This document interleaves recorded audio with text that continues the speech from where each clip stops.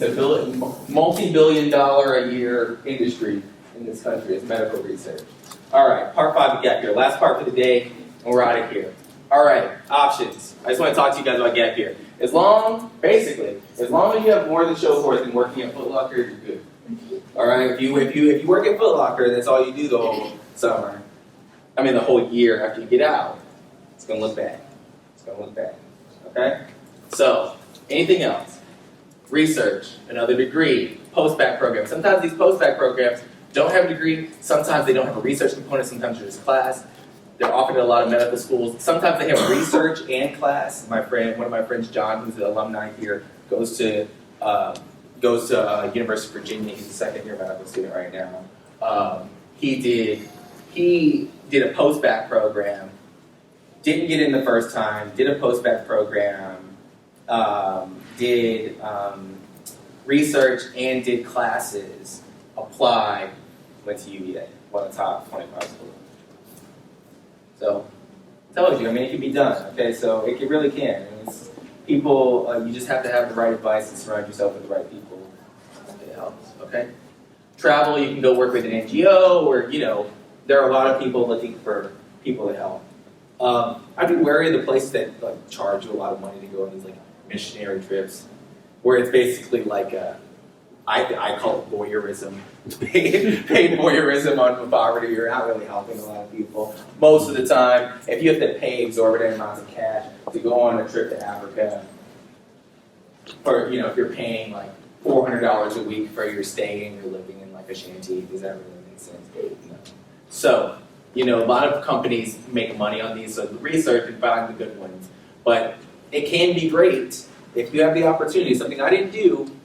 I know it looks very attractive when you went to Haiti or you went to Africa and spent some time there and did some research and helped some people do other things. So people like that.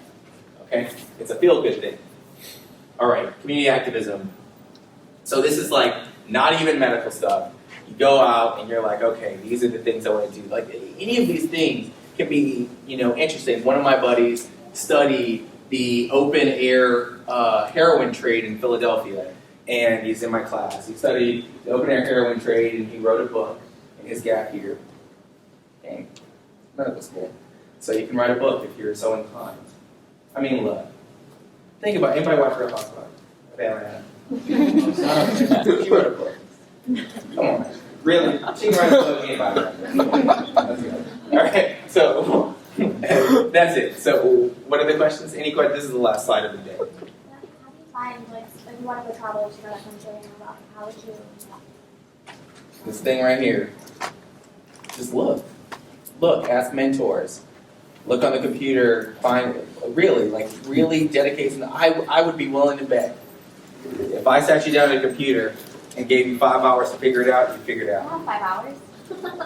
I mean, you're going to spend however many months. I mean, think about this though. If you're gonna be able to spend a year in Africa.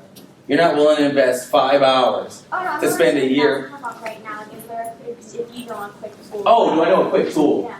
No, I don't know a quick tool. But I know I have people connections. So Paul Farmer, who is this, I don't know if you've ever heard of Partners in Health, but he builds hospitals all over the country in Africa and Haiti, and a big deal global health guy.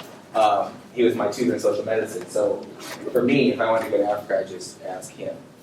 So for me, that's what I'm saying. You make a connection, you have someone point you in that direction. So what I would do is if I know there are people especially in infectious disease over here that are interested in global medicine, tropical medicine, ask those people.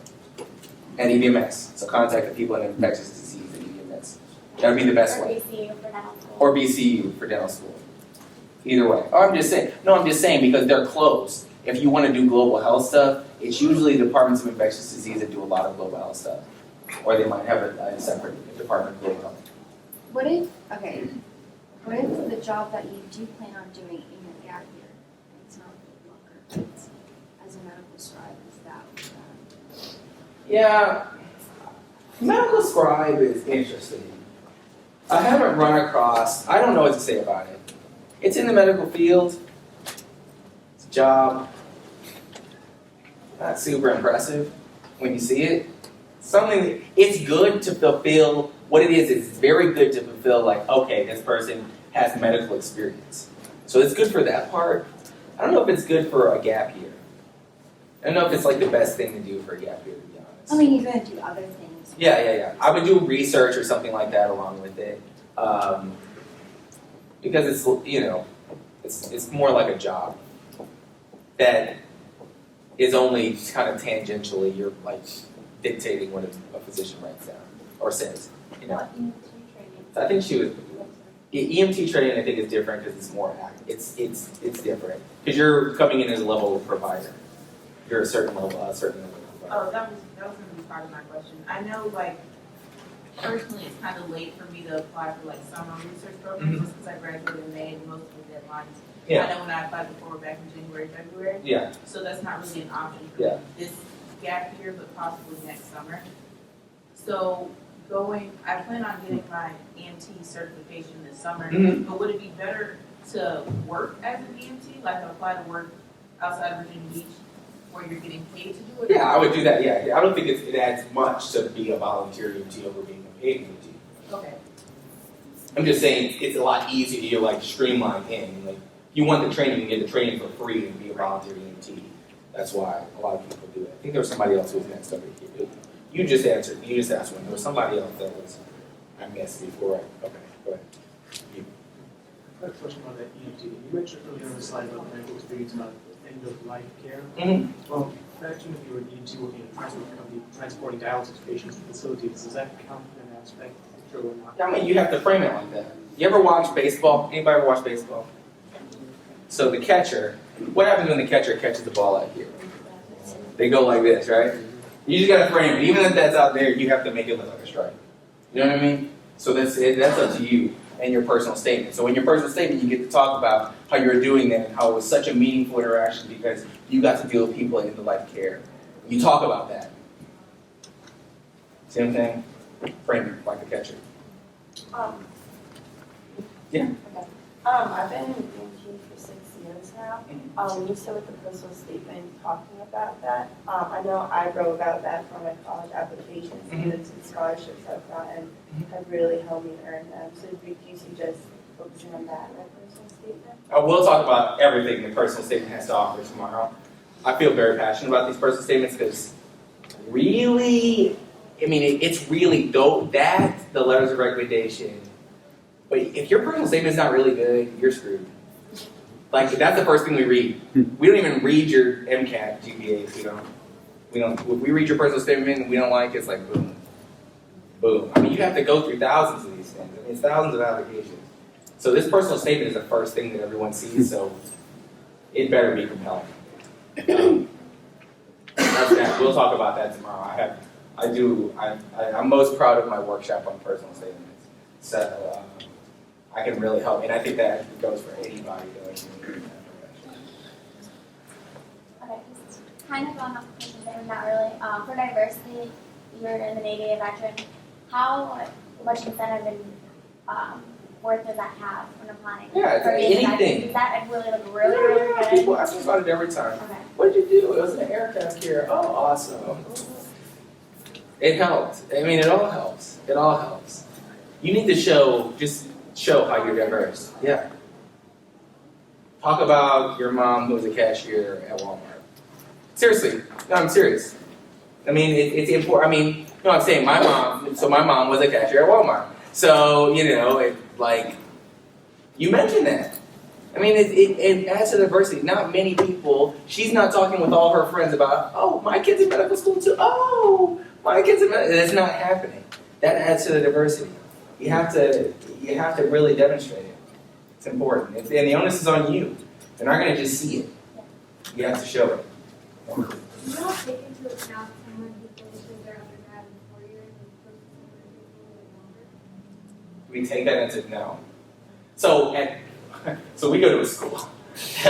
Most people take a lot longer to graduate than they should in medical school. Like in medical school, most of my classmates don't want to graduate next year for whatever reason. It boggles my mind. But they really just don't want to graduate. They're like, oh, well, let me just take a year off. I'm thinking about going to Europe. oh. So they just, and like the school's like, yeah, take you off. So it's crazy. So like 60% of our classmates don't graduate in 4 years. So many of them get other degrees. I was actually enrolled in the MD MBA program. I got accepted to the Harvard Business School.